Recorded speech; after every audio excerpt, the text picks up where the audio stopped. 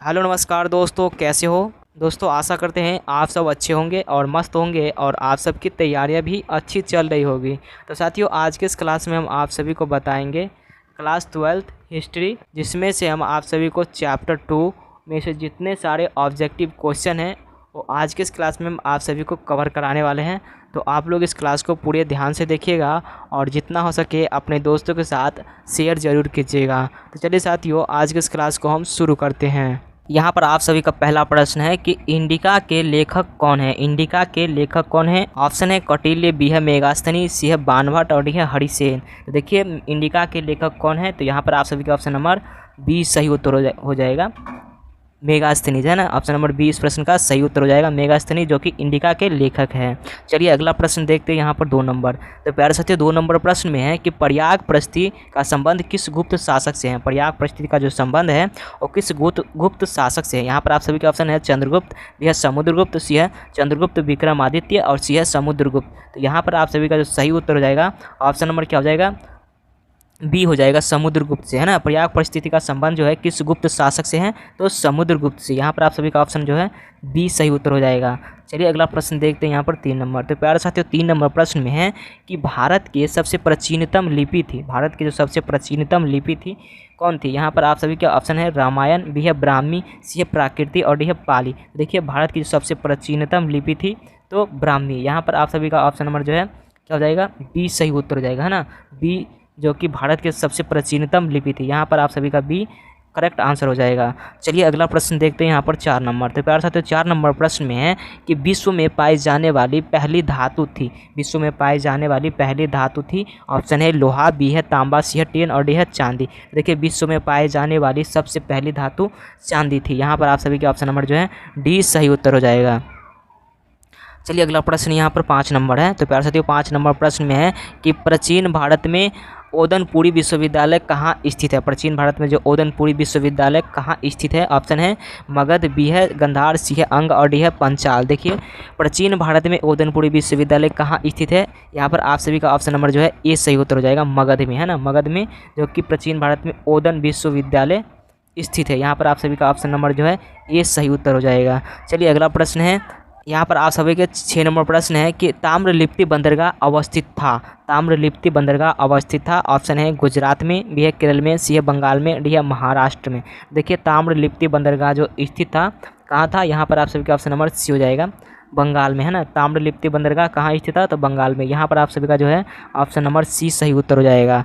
चलिए अगला प्रश्न देखते हैं 7 नंबर। तो प्यारे साथियों, 7 नंबर प्रश्न में है कि पाटलिपुत्र नगर की स्थापना उदयनी ने किस नदी के संगम पर किया था, है ना। पाटलिपुत्र नगर की स्थापना उदयनी ने किस नदी के संगम पर किया था।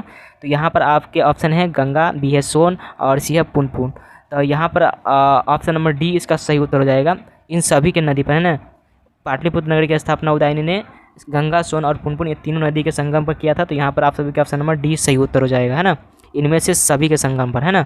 चलिए अगला प्रश्न देखते हैं 8 नंबर। तो प्यारे साथियों, 8 नंबर प्रश्न में है कि मगध का प्राचीनतम राजवंश कौन था। मगध का जो प्राचीनतम राजवंश था कौन था। तो यहाँ पर आप सभी का ऑप्शन नंबर जो है सी हो जाएगा, हर्यक वंश, जो कि मगध का सबसे प्राचीनतम राजवंश था। ऑप्शन नंबर इस प्रश्न का सी सही उत्तर हो जाएगा।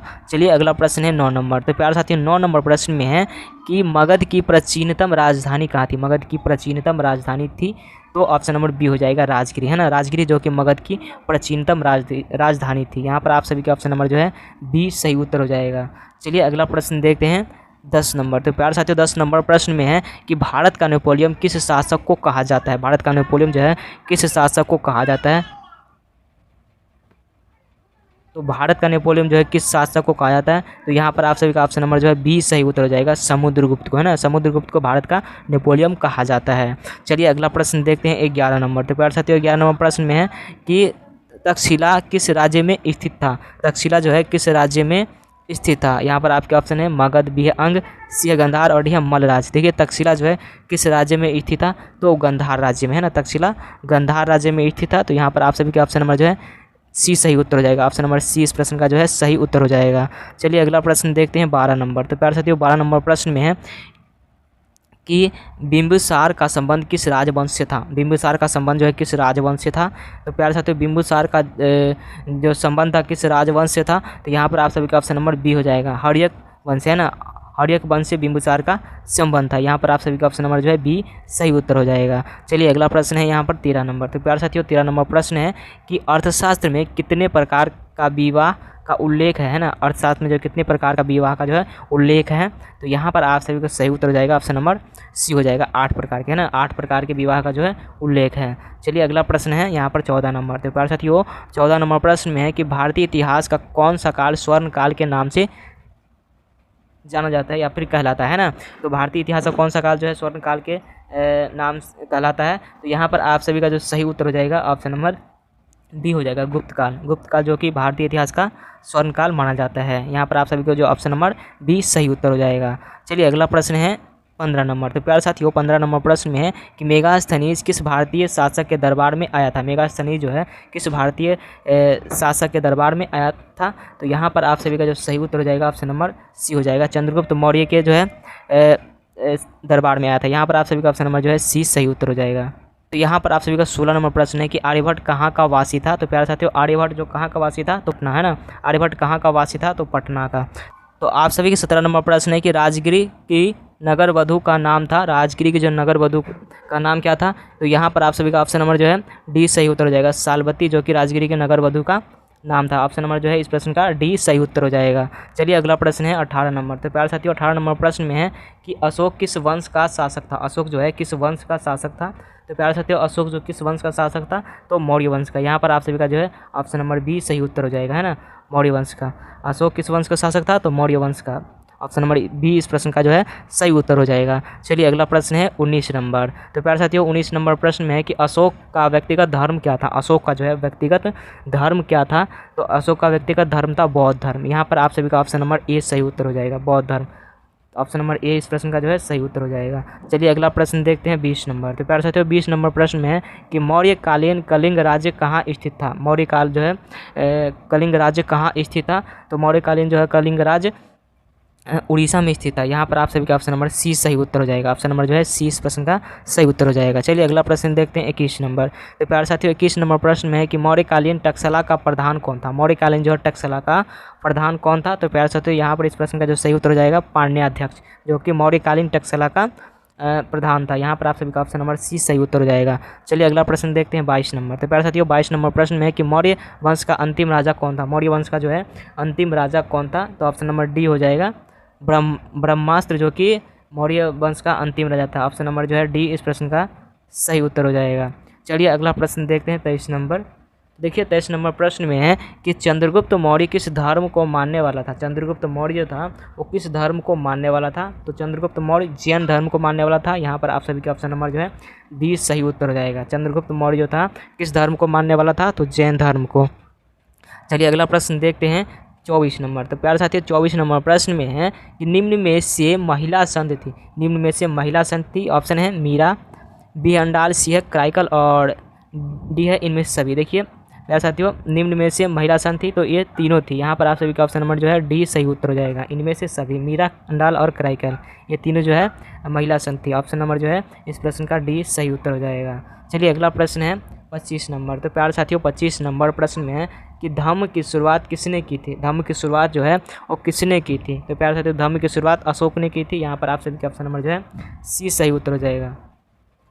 चलिए अगला प्रश्न देखते हैं 26 नंबर। तो प्यारे साथियों 26 नंबर प्रश्न में है कि मौर्य वंश का संस्थापक कौन था। मौर्य वंश का जो है संस्थापक कौन था। तो मौर्य वंश का संस्थापक चंद्रगुप्त मौर्य था। यहाँ पर आप सभी का ऑप्शन नंबर ए हो जाएगा, चंद्रगुप्त मौर्य, जो कि मौर्य वंश का संस्थापक था। चलिए अगला प्रश्न देखते हैं 27 नंबर। तो प्यारे साथियों 27 नंबर प्रश्न में है कि चंद्रगुप्त की मृत्यु कहाँ हुई थी। चंद्रगुप्त की जो मृत्यु हुई थी कहाँ हुई थी। तो चंद्रगुप्त की मृत्यु श्रमबेलागोला में हुई थी। यहाँ पर आप सभी का ऑप्शन नंबर जो है सी सही उत्तर हो जाएगा, है ना, श्रमबेलागोला में चंद्रगुप्त की मृत्यु हुई थी। चलिए अगला प्रश्न है 28 नंबर। तो प्यारे साथियों 28 नंबर प्रश्न में है कि इलाहाबाद प्रस्ती का लेखक कौन है। इलाहाबाद प्रस्ती का लेखक कौन है। तो इलाहाबाद प्रस्ती का लेखक कौन है, तो हरिसेन। यहाँ पर आप सभी का ऑप्शन नंबर सी सही उत्तर हो जाएगा। ऑप्शन नंबर जो है इस प्रश्न का सी सही उत्तर हो जाएगा। चलिए अगला प्रश्न देखते हैं 29 नंबर। तो प्यारे साथियों 29 नंबर प्रश्न में है कि कालिदास किसके समकालीन थे। तो कालिदास किसके समकालीन थे। ऑप्शन नंबर इस प्रश्न का जो है सी सही उत्तर हो जाएगा। चंद्रगुप्त मौर्य के, है ना, चंद्रगुप्त मौर्य के समकालीन थे कालिदास, चंद्रगुप्त मौर्य के जो है समकालीन थे। ऑप्शन नंबर इस प्रश्न का सी सही उत्तर हो जाएगा। चलिए अगला प्रश्न देखते हैं 30 नंबर। तो प्यारे साथियों 30 नंबर प्रश्न में है कि धर्म विजय का उल्लेख अशोक के किस शिलालेख में है। धर्म विजय का जो है उल्लेख अशोक के किस शिलालेख में है। तो यहाँ पर इस प्रश्न का सी हो जाएगा, बारहवें शिलालेख में, है ना। धर्म विजय का जो है उल्लेख अशोक के 12वें शिलालेख में। ऑप्शन नंबर जो है इस प्रश्न का सी सही उत्तर हो जाएगा। चलिए अगला प्रश्न है यहाँ पर। तो यहाँ पर 31 नंबर प्रश्न है कि जीवक ने वैद्य की शिक्षा कहाँ से पाई, है ना। जीवक ने वैद्य की शिक्षा कहाँ से पाई। ऑप्शन है तक्षशिला, बिहार, राजगिरी, सी पाटलिपुत्र, अड़िया, वैशाली। देखिए जीवक ने जो है वैद्य की शिक्षा कहाँ से पाई। तो यहाँ पर आप सभी को सही उत्तर हो जाएगा, ऑप्शन नंबर ए हो जाएगा, तक्षशिला से, है ना, तक्षशिला से, है ना। जीवक ने वैदिक शिक्षा तक्षशिला से पाई थी। ऑप्शन नंबर ए इस प्रश्न का सही उत्तर हो जाएगा। चलिए अगला प्रश्न है 32 नंबर। तो प्यारे साथियों 32 नंबर प्रश्न में है कि अशोक द्वारा प्रचारित बौद्ध धर्म कहाँ प्रचलित हुआ, है ना। अशोक द्वारा जो प्रचारित बौद्ध धर्म कहाँ प्रचलित हुआ, तो कहाँ प्रचलित हुआ। ऑप्शन नंबर है इस प्रश्न का सी हो जाएगा, श्रीलंका में। श्रीलंका में जो कि अशोक द्वारा प्रचारित बौद्ध धर्म प्रचलित हुआ। चलिए अगला प्रश्न देखते हैं 33 नंबर। तो प्यारे साथियों 33 नंबर प्रश्न में है कि किस गुप्त शासक को उसके सिक्कों पर बीमा बजाते हुए दिखाया गया है, ना। किस गुप्त शासक को उसके सिक्कों पर जो है बीमा बजाते हुए दिखाया गया है। तो ऑप्शन नंबर इस प्रश्न का जो है सी हो जाएगा, समुद्रगुप्त को, है ना। समुद्रगुप्त जो कि उसके सिक्कों पर बीमा बजाते हुए दिखाया गया है। ऑप्शन नंबर इस प्रश्न का जो है सी सही उत्तर हो जाएगा। चलिए अगला प्रश्न देखते हैं। तो अगला प्रश्न है 34 नंबर की नालंदा विश्वविद्यालय के छात्र थे। नालंदा विश्वविद्यालय के छात्र थे। तो यहाँ पर इस प्रश्न का जो सही उत्तर हो जाएगा ऑप्शन नंबर बी हो जाएगा, वेनसंग, जो कि नालंदा विश्वविद्यालय के छात्र थे। ऑप्शन नंबर जो है इस प्रश्न का बी सही उत्तर हो जाएगा। चलिए अगला प्रश्न है 35 नंबर। तो प्यारे साथियों 35 नंबर प्रश्न में है कि अर्थशास्त्र की रचना कब हुई थी। अर्थशास्त्र की जो रचना हुई थी कब हुई थी। तो यहाँ पर आप सभी का ऑप्शन नंबर बी हो जाएगा, तीसरी शताब्दी में। अर्थशास्त्र की रचना तीसरी शताब्दी में हुई थी। ऑप्शन नंबर इस प्रश्न का जो है बी सही उत्तर हो जाएगा। चलिए अगला प्रश्न देखते हैं 36 नंबर, और ये आखिरी प्रश्न है। तो 36 नंबर प्रश्न में है कि पंचतंत्र की रचना किसने की। पंचतंत्र की जो रचना है वो किसने की। तो यहाँ पर आप सभी के सही उत्तर हो जाएगा, विष्णु शर्मा, जो कि पंचतंत्र की रचना की। ऑप्शन नंबर डी इस प्रश्न का जो है सही उत्तर हो जाएगा। तो प्यारे साथियों आज का क्लास आप सभी को कैसा लगा आप लोग मुझे कमेंट करके बताइएगा। फिर मिलते हैं किसी नेक्स्ट क्लास में, तब तक के लिए जय हिंद, वंदे मातरम।